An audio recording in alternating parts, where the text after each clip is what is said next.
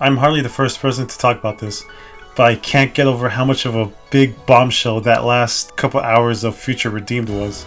And on top of that, just what that could mean for the Xeno series going forward. Okay, but just to backpedal a bit, we got the Future Redeemed DLC for Xenoblade 3 not too long ago at the time of this recording. And while we kind of already know that Xenoblade 3 was a fusion of the worlds of 1 and 2, Future Redeemed was kind of meant as a bridge to just tie it all together. And boy, did it tie it all together and then some. And you know what, there's no beating around the bush, this is a pure spoiler-ridden video.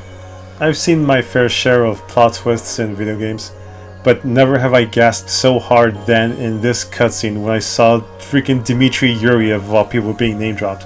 Now granted, Xenoblade 2 already had its Xenosaga ties with literally having Cosmos and Telos, as well as having basically the Zohar in the game.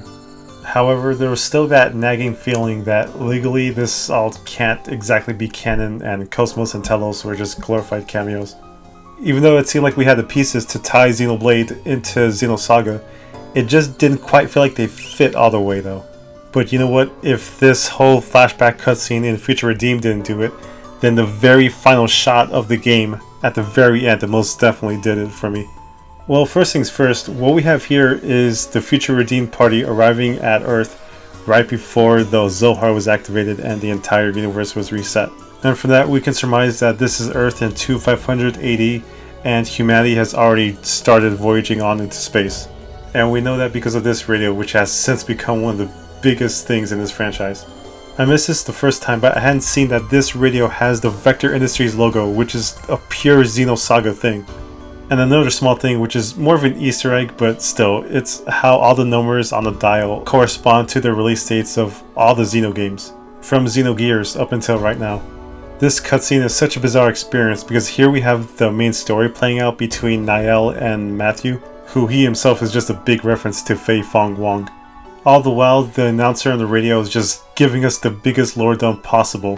One main thing of note was her mentioning Project Exodus, which seems to tie it to Xenoblade X, even though I still really don't know how this works because the backstory of Xenoblade X just does not seem to fall in line with Xenoblade and Xenosaga. I think we need more information before we can definitively say that Xenoblade X is directly linked to 1, 2, and 3.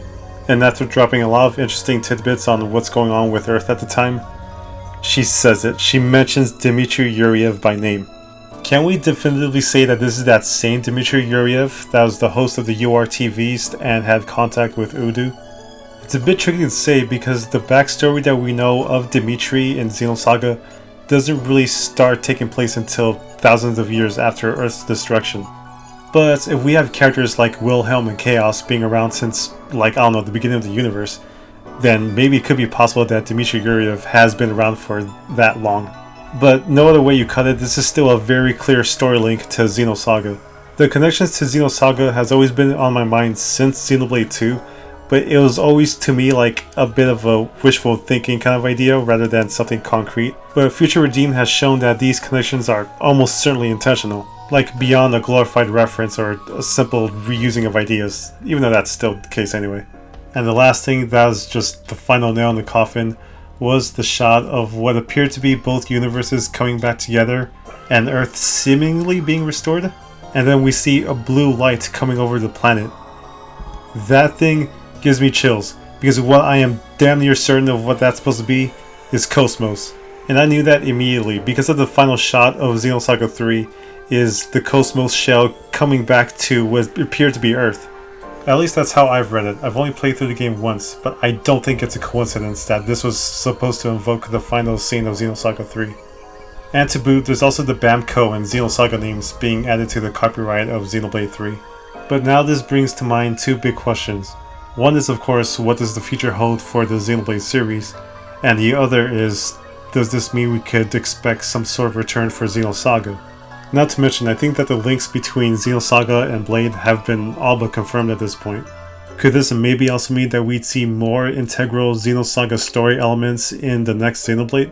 Well, first things first, I don't quite think we'll be getting a Xenosaga 4. Even though the ending of Xenosaga 3 certainly still left more for things to happen, I just don't know if Monolith Soft is willing to reopen that whole Xenosaga book again. At the least, maybe it gives a bit of hope for a Xenosaga HD trilogy, which unfortunately was kind of shot down a few years back by Bamco because they cite a lack of interest. Or rather, they don't know that the interest is there. But I think that's kind of ridiculous at this point. If that collection were to ever get made and do well, then I think we can open the Xenosaga 4 discussion, but until then, I don't think it's fair to expect that.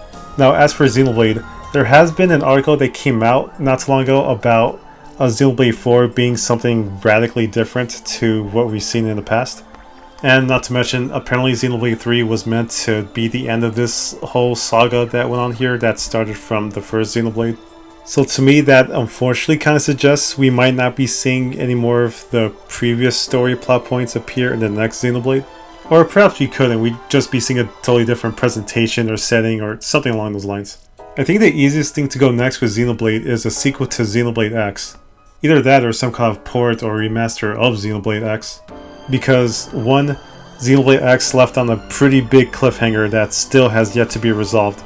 And 2, like I mentioned earlier, if we're trying to link Xenoblade X into the same universe as 1, 2, 3, we need a little bit more information to explain why the backstory of X is so different. Plus, an X2 would also fill that criteria of being different from the rest of the Xenoblade games, because Xenoblade X itself is already different from 1, 2, and 3. But could we also potentially see some Xenosaga plotlines appear in an X2? To be honest, I'm not sure if they can because the universes are so incompatible, but I'm sure there's a way to work it in if they really wanted to, and I'd love to see it too. Anyways, I think it's really exciting to see what the future holds for Xenoblade after they went out of their way to link it to Xenosaga. I also remember that little affinity moment in Xenoblade 2 with Rex, Mithra, Shulk, Elma, and Cosmos. Off the top of my head, I think they were saying something about how they feel like they were brought together for a reason. I don't know, it was still so sick to see everyone coming together like this. Unfortunately, this big Xeno reunion is still missing a very key person. Choo choo.